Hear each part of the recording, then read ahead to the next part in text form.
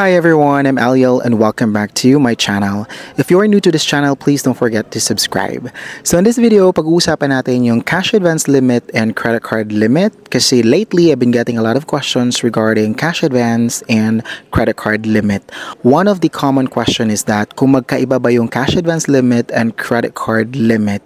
A straightforward answer to that is no. Cash advance limit po is just the limit na pwede mong ma-withdraw sa ATM pero dun pa rin yung ibabawas sa credit card limit mo po. So say for example, 50,000 yung credit limit mo and then 25,000 yung cash advance limit mo. Magkano ba yung pwede kong makash advance dyan? Yung pwede mo lang makash advance dyan is 25,000 pesos lang po.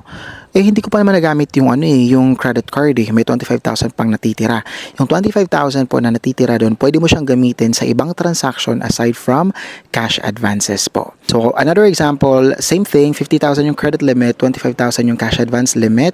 So nag-grocery ako worth 30,000 pesos and ang natitira na lang is 20,000 pesos. Pwede pa ba ako mag-cash advance ng 25,000 pesos since hindi pa naman ako nakapag-cash advance? Hindi na po. Ang pwede mo lang maka-cash advance dyan is worth 20,000 pesos. What if nagbayad ako ng 5,000 pesos po dun sa ginrocery ko or ginamit ko?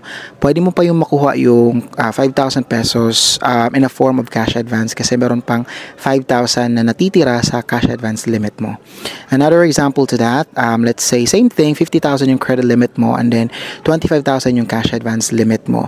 So nag-grocery po ako worth 40,000 pesos. Bumili ako ng gadgets, mga groceries and all. So 10,000 na lang yung natitira.